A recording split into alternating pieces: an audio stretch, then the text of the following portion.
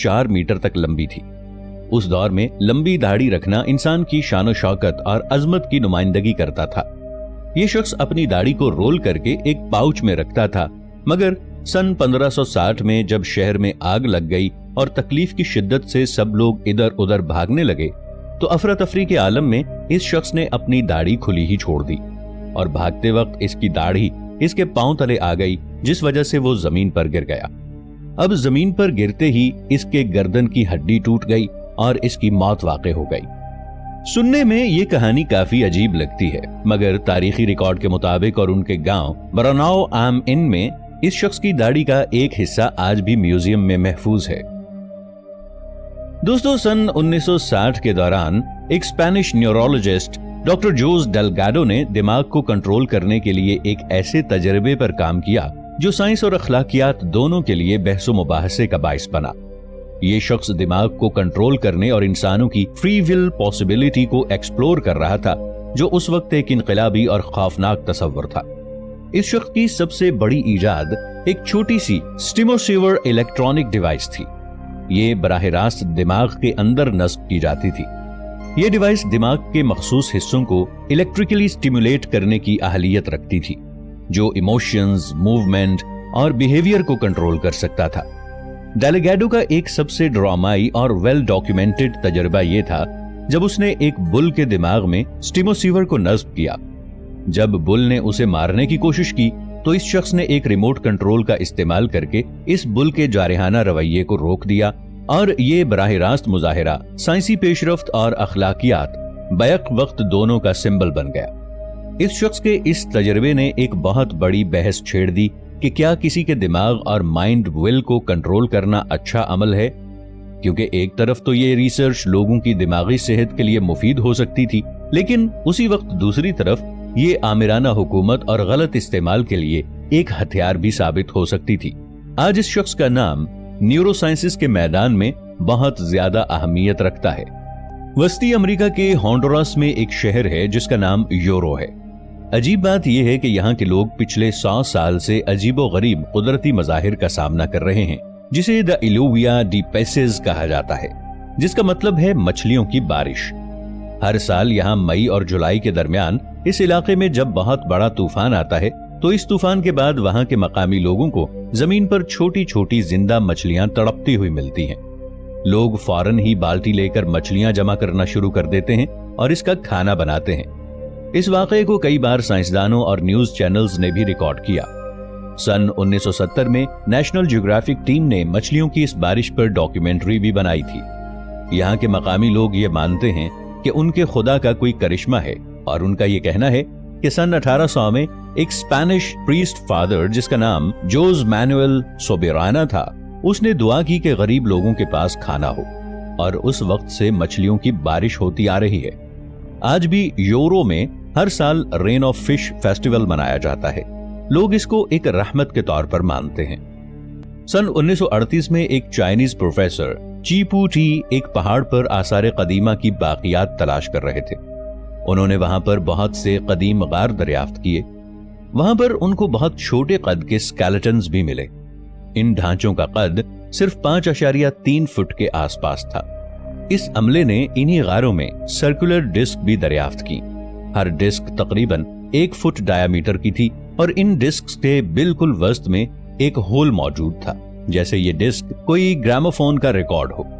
इन discus पर कोई अजीब जबान भी लिखी हुई थी, जैसे कोई कदीम स्क्रिप्ट लिखा हुआ हो। कहा जाता है कि एक और साइंटिस्ट डॉक्टर सोम नोम नॉय ने इन डिस्कों में लिखी हुई जबान को डिकोड करने की कोशिश की और काफी हैरान कुन दावा किया कि ये डिस्क एलियन लाइफ की एक कहानी बयान करती है। इस कहानी को डरोपा कहा गया।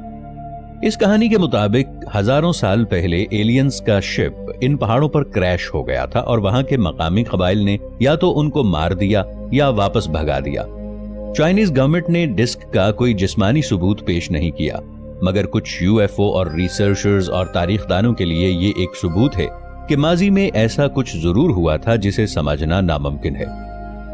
दोस्तों, ट्रैप डोर नाम की ये मकड़ी इतनी जहानत के साथ अपना शिकार करती है जिससे इंसानी अक्ल हैरान रह जाती है। ये मकड़ी सबसे पहले एक बिल बनाती है और इस बिल के ऊपर एक छोटा सा ढक्कन बनाती है। ये ढक्कन उस बिल के रंग जैसा ही नजर आता है। इसके बाद ये बिल में लंबे लंबे तार लगाती है। जब भी कोई कीड़ा इन तारों के पास आता है तो ये वाइब्रेट करना शुरू हो जाते हैं। अंदर बैठी हुई मकड़ी को ये पता चल जाता है कि बाहर कोई कीड़ा है या फिर कोई जानवर है जो कि उस तार के साथ चिपक गया है।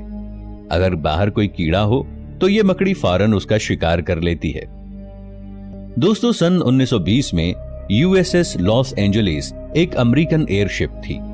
एक बहुत बड़ा गुब्बारे जैसा फ्लाइंग शिप था और हीलियम गैस से भरा हुआ होता था। सन 1927 को जब ये एयरशिप न्यू जर्सी के नेवल एयर स्टेशन के लैकहर्ट्स पर लैंड कर रही थी, अचानक ही कुछ अजीबोगरीब वाकया रूनुमा हुआ। लैंडिंग के वक्त एयरशिप के नोज को वहां पर मौजूद एक टॉवर के साथ अटैच करना पड़ा था, मगर अचानक हवा के एक जोरदार झोंके ने उसे उल्टा कर दिया। ये शिप तकरीबन 90 डिग्री एंगल पर खड़ा हो गया है। इस शिप को देखकर ऐसा लगता है जैसे बहुत बड़ा गुब्बारा आसमान की तरफ देख रहा हो। थोड़ी देर के लिए पूरा एयरशिप अपनी नोज पर खड़ा रहा।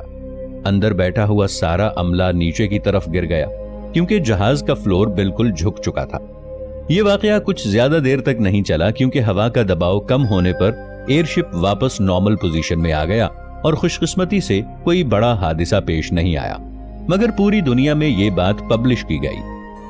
दोस्तों, जूलिया पास्ट्राना नाम की ये औरत अगस्त सन 1834 को मैक्सिको में पैदा हुई। इस औरत को निहायत अजीबोगरीब 2 किस्म की बीमारियां लाहिक थीं। एक बीमारी की वजह से इसके चेहरे और जिस्म पर बहुत ज्यादा घने बाल आ गए थे और दूसरी बीमारी की वजह से इसके होंठ और मसूड़े आम लोगों के मुकाबले में बहुत ज्यादा मोटे हो गए थे। ये औरत इन दोनों बीमारियों की वजह से तमाम लोगों से मुख्तलिफ नजर आती थी। जूलिया ने सन 1850 के आसपास सर्कस में काम करना शुरू कर दिया। ये सर्कस में बेयर वोमन के नाम से जानी जाती थी। सर्कस के हुक्काम ने लोगों में ये बात मशहूर कर दी कि ये औरत जानवर और इंसान का मिक्सचर है और इसी वजह से लोग दूर दूर से इसे देखने के लिए आते थे। इसके जिस्म पर तहकीक की गई तो बहुत से डॉक्टर इस बात पर मुत्तफिक हुए कि ये औरत 2 बीमारियों से लड़ रही है और इसी वजह से इसका जिस्म काफी अजीबोगरीब नजर आता है। उसके बारे में कहा जाता है कि उसने थियोडोर लेंट नाम के एक आदमी से शादी भी की थी और सन 1860 के आसपास उसने एक बच्चे को भी जन्म दिया। इस बच्चे के बारे में कहा जाता है कि जब वो बच्चा पैदा हुआ तो बिल्कुल अपनी मां की तरह दिखता था, मगर 3 दिन बाद इस बच्चे की मौत हो गई और बच्चे की मौत के 5 दिन बाद 25 मार्च सन 1860 को 25 साल की उम्र में ये औरत भी चल बसी। जूलिया अपनी 25 साल जिंदगी में हाइपरट्रिकोसिस और जिंजिवल हाइपरप्लाजिया जैसी बीमारियों से लड़ रही थी। उसकी मौत के बाद लेंट ने उसका और उसके बेटे का जिस्म मैक्सिको यूनिवर्सिटी के एक प्रोफेसर को फरोख्त कर दिया। इस प्रोफेसर ने टैक्सीडर्मी के जरिए इस औरत का जिस्म महफूज कर लिया। बहुत से रिसर्चर्स का यह कहना था कि उसके जिस्म को ममी में कन्वर्ट कर दिया गया है, मगर उसके जिस्म को पूरे तरीके से ममीफाई नहीं किया गया था। लेंट ने उसके जिस्म को दोबारा खरीद लिया और यूरोप में नुमाइश के लिए पेश करने लगा। लेंट के बारे में यह कहा जाता है कि उसे दोबारा इसी खुसूसियात वाली एक औरत मिली और उसने उससे शादी कर ली।